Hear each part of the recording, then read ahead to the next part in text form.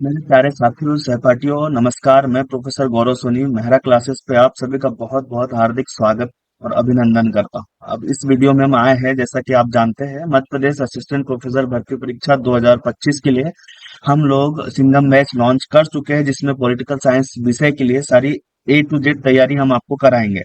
तो इस परीक्षा के लिए क्या सिलेबस है और क्या एग्जाम की रणनीति आपके लिए होनी चाहिए, इस पे एक बार एक शॉर्ट वीडियो में जल्दी से चर्चा कर लेते हैं। थोड़ा सा सिलेबस को और कुछ सिलेबस के लिए जो जरूरी मटेरियल किताबें हैं या उनकी क्या जरूरत है, उस पे भी हम आगे वीडियो में चर्चा करेंगे। तो आगे वीडियो में बने रहिए। चलिए समझने की कोशिश करते हैं कि किस तरीके से आपकी परीक्षा होती है, कौन सा बोर्ड इसको आयोजित करता है। जैसे साथियों मैं आपको बता चुका हूँ कि मध्य प्रदेश का जो लोक सेवा आयोग है, यानी कि एमपीपीएससी, एमपीपीएससी जो है हमारे यहाँ इस एग्जाम को कंडक्ट कराता है, एमपीपीएससी।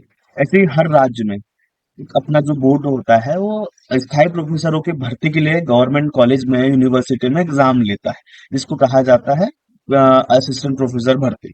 तो इस भर्ती को निकालने से क्या होता है, देखो, असिस्टेंट प्रोफेसर भर्ती को क्लियर करने के बाद आप जो गवर्नमेंट के कॉलेज होते हैं उसमें स्थायी रूप से नियुक्ति के पात्र हो जाते हैं। आपकी जो नियुक्ति है एज असिस्टेंट प्रोफेसर, वो स्थायी रूप से हो जाती है। इसके बाद जब आपका प्रमोशन होता है तो आप प्रोफेसर और एसोसिएट प्रोफेसर आदि बनते हैं। देखिए, ये जो एग्जाम है, ये एग्जाम पहले तो कौन दे सकता है, कौन लोग एलिजिबल एलिजिबल है इस एग्जाम के लिए। तो देखिए, सबसे पहले जो लोग नेट, है ना, नेशनल एलिजिबिलिटी टेस्ट, जो हर साल में 2 बार होता है, उसके बाद में सेट होता है। सभी राज्यों के अपने अपने स्टेट के एलिजिबिलिटी एग्जाम होते हैं, जिनमें जिनको देने के बाद आप असिस्टेंट प्रोफेसर भर्ती परीक्षा दे सकते हैं। या फिर तीसरा ऑप्शन इसमें एक और होता है, अगर आपने पीएचडी कर रखी है तो पीएचडी पूरी होने के बाद आप इस भर्ती में बैठ सकते हैं, है ना। बहुत अच्छी जॉब होती है दोस्तों। पिछली जो वैकेंसी आई थी लगभग 2022 में, उसके बाद कई सालों के बाद ये वापस परीक्षा हो रही है। तो बिना किसी देरी किए हमें पूरी तरीके से तैयारी में जुट जाना चाहिए, ताकि बहुत अच्छा परिणाम हम लोग हासिल करें। तो ये जो एग्जाम है, 2 शिफ्ट में आपके पेपर होते हैं एक ही दिन। तो पहला जो पेपर होता है, वो पहला पेपर आपका जो होता है वो होता है एमपी के लिए, है ना। एमपी जीके प्लस जो राष्ट्रीय स्तर का ज्ञान और जो इंटरनेशनल नॉलेज इसमें पूछा जाता है। साथ ही कंप्यूटर का बेसिक ज्ञान आपको होना चाहिए। कंप्यूटर का बेसिक ज्ञान इसमें पूछा जाता है। पहला पेपर लगभग 50 नंबर का पहला पेपर होता है, जिसकी समय अवधि 1 घंटे की होती है। यानी कि 1 घंटे में आपको 50 प्रश्नों के उत्तर देने हैं। और लगभग एक जो क्वेश्चन होता है आपका, एक प्रश्न पत्र आपका होता है 4 नंबर का, 1 into 4। इस तरीके से 50 क्वेश्चन 200 नंबर। और जो दूसरा आपका फिर मेन पेपर होता है, तो आपका मेन पेपर है पॉलिटिकल साइंस का, है ना। पॉलिटिकल साइंस की क्लास आप देख रहे हो, तो जाहिर सी बात है आप पॉलिटिकल साइंस विषय के लिए इस परीक्षा के पेपर देने के लिए बैठे हो। तो इसमें लगभग 150 क्वेश्चन आपसे पूछे जाते हैं। 150 क्वेश्चन, है ना। लगभग 3 घंटे की समय अवधि आपको मिलती है। एक ही दिन में 2 पेपर होते हैं। पहली शिफ्ट में आपका पेपर 1 होता है, इसके पश्चात कुछ समय का आपको विराम दिया जाता है, फिर दूसरे शिफ्ट के लिए आपको बैठना होता है लगातार 3 घंटे। 150 प्रश्न 3 घंटों में आपसे पूछा जाता है। इस तरीके से कुल 200 अंकों के लिए आपकी परीक्षा होती है। 200 अंकों का आपका पेपर होता है दोनों शिफ्ट मिलाकर। और एक क्वेश्चन 4 नंबर का होता है। तो इस तरीके से 800 नंबर का लगभग आपका ये पेपर होता है। फिर अगर आप इस पेपर का कट ऑफ क्लियर करते हैं तो आपको इंटरव्यू के लिए बुलाया जाता है, जिसको साक्षात्कार कहते हैं, जो लगभग 100 नंबर का होता है, जो एमपीपीएससी इंदौर के ऑफिस में लिया जाता है। इस तरीके से कुल 900 नंबर का ये आपका एग्जाम है।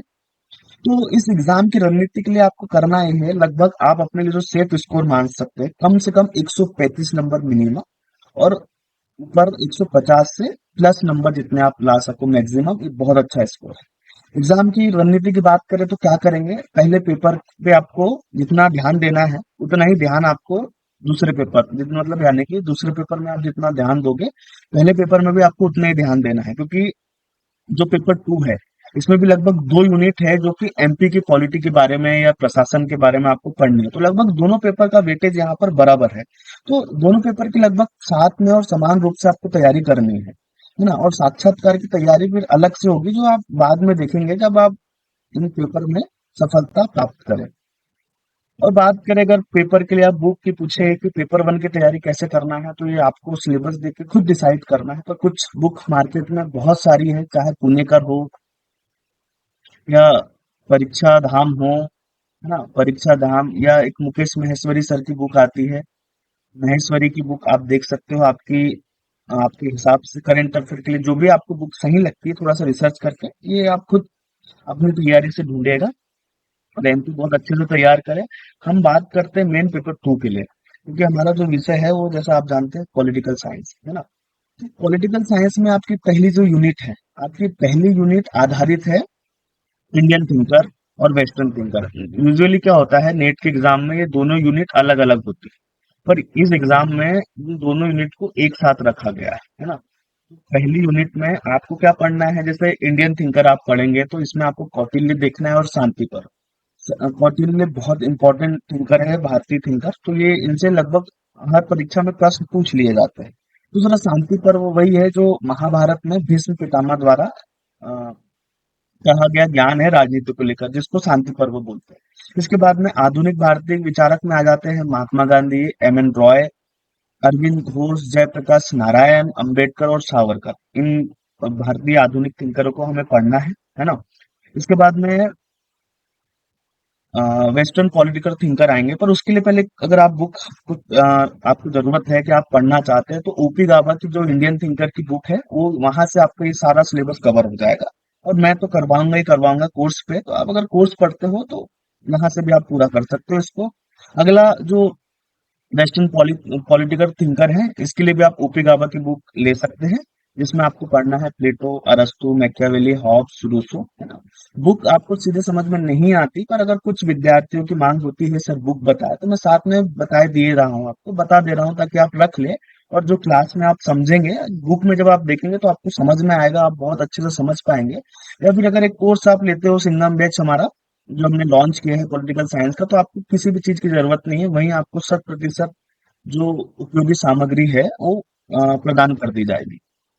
आगे आप पढ़ेंगे मैकियावेली पढ़ना है आपको प्लेटो के बाद में, मैकियावेली, हॉब्स, लॉक है ना, रूसो, बेंथम, मिल। ये कुछ महत्वपूर्ण विधायक जो हमारे विचारक हैं, चाहे इन्होंने उदारवाद की बात की हो है ना, मार्क्सवाद की बात की हो, तो ये इनके बिना राजनीति को आप समझ नहीं सकते, तो इनका हम विस्तार से अध्ययन करना है आपको है ना। लेनिन, माओ, ग्रामसी, आधुनिक राजनीतिक विचारक और सामुदायिकतावाद क्या है, इसको भी आगे आपको समझना है सिलेबस में। इसके बाद में आपकी जो सेकंड यूनिट है, सेकंड यूनिट आपकी आप कह सकते हो जो अवधारणा है, जो कॉन्सेप्ट है, इसको लेकर है। तो पहले आपको मध्यकाल की जो अवधारणा है, चर्च राज्य संबंध, मतलब इस समय यूरोप की क्या स्थिति थी, पोप और राजा में किस तरीके से सत्ता को लेकर संघर्ष होता था, जिसको दो तलवारों का सिद्धांत कहा जाता है, इसको आपको समझना है। इसके बाद में आप आगे व्यवहारवाद, उत्तर व्यवहारवाद और राजनीतिक जो सिद्धांत है, राजनीतिक सिद्धांत की यूनिट है बेसिकली राजनीतिक सिद्धांत। इसमें इनका पतन कैसे हुआ, फिर पुनः उत्थान कैसे हुआ, इसको आपको विस्तार से समझना है। आगे फिर आप लोकतंत्र की थ्योरी, स्वतंत्रता क्या होती है, समानता क्या होती है और न्याय क्या होता है। खासकर सामाजिक न्याय से प्रश्न पूछे जाते हैं। आज का जो हमारा न्याय है कहीं ना कहीं सामाजिक न्याय की तरफ हम लोग बढ़ रहे हैं। इसके बाद फिर विचारधारा में वही गांधी, लेनिन और माओ को फिर से आपको समझना है कि इनकी क्या विचारधारा रही है। तो ये आपकी दो यूनिट है। इस अध्याय के लिए भी आप ओपी गावा सर की बुक अपने आप में पर्याप्त है, पर ये बुक सीधे आपको समझ में आने वाली नहीं है, मैं बता दे रहा हूँ। दूसरी बुक मुझे नहीं लगती कोई भी पूरी, या फिर आप अपनी इच्छा अनुसार कोई भी ले सकते हैं। आगे हम देखेंगे तीसरी यूनिट जो है ये तुलनात्मक राजनीति को लेकर है। इसके लिए बहुत किताबें मैंने देखने की कोशिश की थी, जब मैं खुद पढ़ता था या पढ़ता हूँ तो बहुत अलग अलग सोर्स से आपको पढ़ना होता है। तो जो भी आपको ठीक बुक अगर मिलती है तो आप ले लें, वरना हम तो आपको यहाँ पे प्रोवाइड करेंगे ये सारी जो सामग्री है ना। तुलनात्मक राजनीति में आपको पढ़ना है कि एक विषय के रूप में कैसे तुलनात्मक राजनीति का जन्म हुआ है ना, इसकी प्रकृति और क्षेत्र क्या है, इसके बहुत सारे जो उपागम क्या है, जैसे व्यवस्था उपागम की बात कर रहे हैं, मार्क्सवादी उपागम आपको देखना है। शासन के अंग जो होते हैं अलग अलग देश की, न्यायपालिका, व्यवस्थापिका और कार्यपालिका, इनमें आपको तुलनात्मक अध्ययन इनका करना है ना। उसके बाद में राजनीतिक आधुनिकरण आपको देखना है, और जो राजनीतिक संस्कृति है, राजनीतिक सामाजिकरण है और राजनीतिक संचार है, और जो अभिजात की एक जो थ्योरी है पॉलिटिकल साइंस में, उसको भी यहाँ आपको विस्तार से समझना है ना। तो ये आपकी तीसरी यूनिट जो है तुलनात्मक राजनीति को लेकर है। अब हम आगे चलते हैं, बात करते हैं फोर्थ यूनिट की। आपकी जो फोर्थ यूनिट है वो है इंडियन पॉलिटिक्स से संबंधित। तो आपको इसमें सारा जो हमारा राष्ट्रीय आंदोलन है उसका किस तरीके से संवैधानिक विकास हुआ उसको आप देखेंगे है ना। उसके बाद में मौलिक अधिकार, कर्तव्य, नीति निर्देशक तत्व आप देखेंगे, प्रस्तावना को लेकर प्रश्न पूछे जाते हैं, इसको हम बहुत अच्छे से समझेंगे, है ना। एक सामाजिक परिवर्तन के रूप में संविधान किस तरीके से हमारे समाज में और हमारी मदद करता है ना, और क्या महत्वपूर्ण सामाजिक संवैधानिक ऐसे संशोधन हुए हैं, वो हमें देखना है, उनको समझना है। इसके बाद में प्रधानमंत्री और जो राष्ट्रपति है, ये इनका पद क्या है, क्या कार्य है, क्या शक्तियां है, और क्या इनकी सीमाएं हैं, इन सबको हम पढ़ेंगे।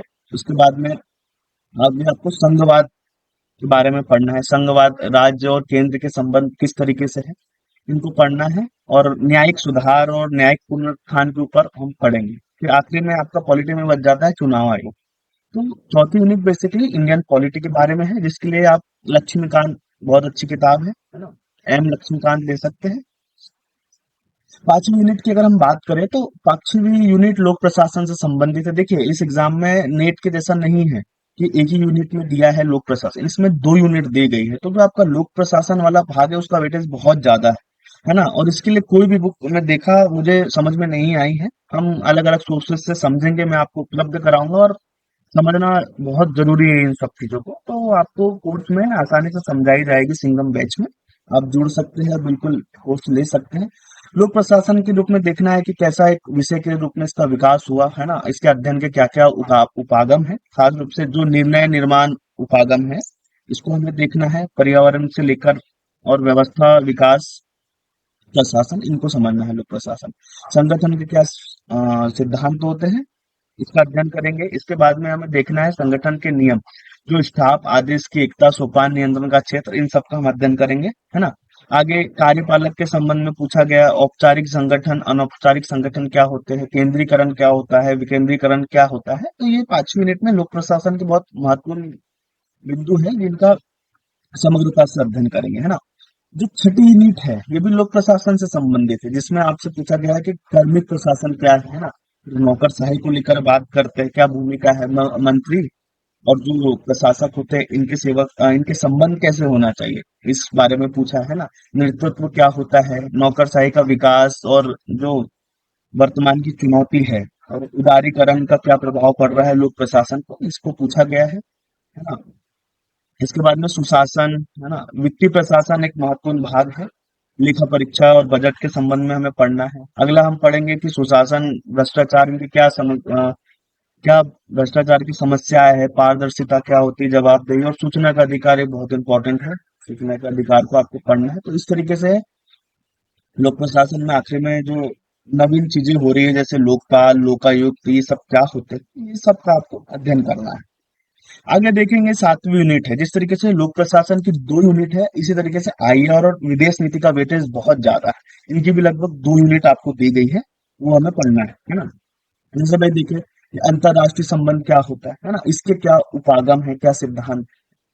अंतरराष्ट्रीय संबंधों में शक्ति, हित और विचारधारा के क्या तत्व है, इनका किस तरीके से उपयोग होता है। राष्ट्रहित क्या होता है, इसका कैसे निर्माण किया जाता है। अंतरराष्ट्रीय संबंधों में विचारधारा की क्या भूमिका है, इसको बहुत विस्तार से और गहराई से हमें समझना है। शस्त्र और युद्ध है अगला जो टॉपिक है, क्या जातीय संघर्ष हुए हैं, है ना। शस्त्र नियंत्रण क्या होता है, क्या विवादों का निस्तारण कैसे हो रहा है, कूटनीति क्या होती है ना, ये सब हमको समझना है। शीत युद्ध समझना है, गुट निरपेक्षता समझना है, शीत युद्ध के कैसे अंत हुआ, है ना। और आखिर में आपको समझना है वैश्वीकरण। इसके बाद में इंटरनेशनल रिलेशन में एक आपको पढ़ना है, अंतरराष्ट्रीय कानून में अधिकार और कर्तव्य क्या, किस तरीके से अपनी भूमिका निभाते हैं, हस्तक्षेप कैसे एक देश दूसरे देश में हस्तक्षेप करता है, विभिन्न देशों में कैसे संधियां होती है, और युद्ध जो होते हैं देशों में आपस में, इनको रोकने के लिए क्या उपाय पहले किए गए हैं, और कौन सी सहमति बनी है, ये आपको आईआर में समझना है। आपकी जो आखिरी 8वीं यूनिट है वो विदेश नीति को लेकर है ना, आईआर और विदेश नीति से। तो आपको इसमें देखना है जो अंतरराष्ट्रीय संबंध है, इनका राजनीतिक, अर्थशास्त्र, नौ अंतरराष्ट्रीय आर्थिक व्यवस्था, उत्तर दक्षिण संवाद, दक्षिण दक्षिण सहयोग, डब्ल्यूटीओ, है ना। और उपनिवेशवाद क्या होता है, और नौ उपनिवेशवाद, इनको समझना है। इसके बाद में जो क्षेत्रीय संगठन है, जैसे सार्क, आसियान, ओपेक और G20, इनका अध्ययन हम करेंगे, है ना। आगे संयुक्त राष्ट्र को पढ़ेंगे, उसके क्या चार्टर्ड है और उससे संबंधित राजनीति का अध्ययन करेंगे, है ना। अंतरराष्ट्रीय मामलों में फिर भारत की क्या भूमिका है, इनको भी हम आगे देखेंगे सिलेबस में। और आखिरी की जो आपकी यूनिट है, आखिरी की दो यूनिट है, वो एमपी की जो पॉलिटी है, एमपी का कैसा विभाजन हुआ, जो मध्य प्रदेश की क्या राजनीति रही है, मुख्यमंत्री या राज्यपाल के क्या कर्तव्य होते हैं, उच्च न्यायालय क्या है, इसकी क्या भूमिका है, और जो दलीय राजनीति मध्य प्रदेश में है, नव यूनिट में हम इसका अध्ययन करेंगे। और 10वीं जो यूनिट है, 10वीं यूनिट में हम मध्य प्रदेश का प्रशासन देखेंगे, जैसे सचिवालय, सचिवों का क्या क्रम है, जिला प्रशासन कैसा है मध्य प्रदेश का, है ना, स्थानीय स्वशासन कैसा है मध्य प्रदेश का, इसका अध्ययन करेंगे। और राजनीतिक परिदृश्य क्या है हमारे मध्य प्रदेश का, जनजाति पिछड़े वर्ग का उत्थान और नक्सली समस्या, इन सबको हम समझेंगे। मध्य प्रदेश की राजनीति में महिलाओं का क्या योगदान है, इस बिंदु से पिछली बार प्रश्न पूछे गए थे। और मध्य प्रदेश में विकास की क्या राजनीति रहेगी, ये आपका सिलेबस है। इन सारे बिंदुओं का बहुत विस्तार से और बहुत गहराई से आप सबको अध्ययन करना है, तो आप जुड़िए हमारे सिंघम बैच से। हम साथ मिलकर तैयारी शुरू करते हैं जल्द ही। हम कल से, जैसे हमने कोर्स आज लॉन्च कर दिया है, कल से आपकी क्लासेस स्टार्ट हो जाएगी। सबसे पहले हम पढ़ने वाले हैं वेस्टर्न पॉलिटिकल थिंकर, जिसमें प्लेटो से हम शुरू करेंगे और राजनीति को समझने की कोशिश करेंगे। पढ़ने में हम जो इंटरडिसिप्लिनरी अप्रोच होती है, बहुत सारे विषय को एक साथ समझने की कोशिश करेंगे, है ना, राजनीति के बहुत सारे जो दृष्टिकोण है, अलग अलग एस्पेक्ट है, उनको समझने की कोशिश करेंगे। और जो कॉन्सेप्ट है राजनीति के, सारे कॉन्सेप्ट को क्लियर करेंगे और कोशिश करेंगे कि ज्यादा से ज्यादा अधिक मात्रा में हम लोग एमपीपीएससी असिस्टेंट प्रोफेसर की भर्ती में सफलता पाए, हमारे बैच से और कोचिंग से और मेरे द्वारा पढ़ाए हुए जो भी सिलेबस और चीजें हैं, आप सभी के बहुत बहुत काम आए और सब अच्छी सफलता अर्जित करें। इसी के साथ हम इस लेक्चर को यहाँ विराम देते हैं। पुनः मेरे सारे प्यारे सहपाठियों, दोस्तों, मेरा प्यार भरा नमस्कार। मिलते हैं अगली क्लास में। जब तक के लिए जय हिंद, जय भारत।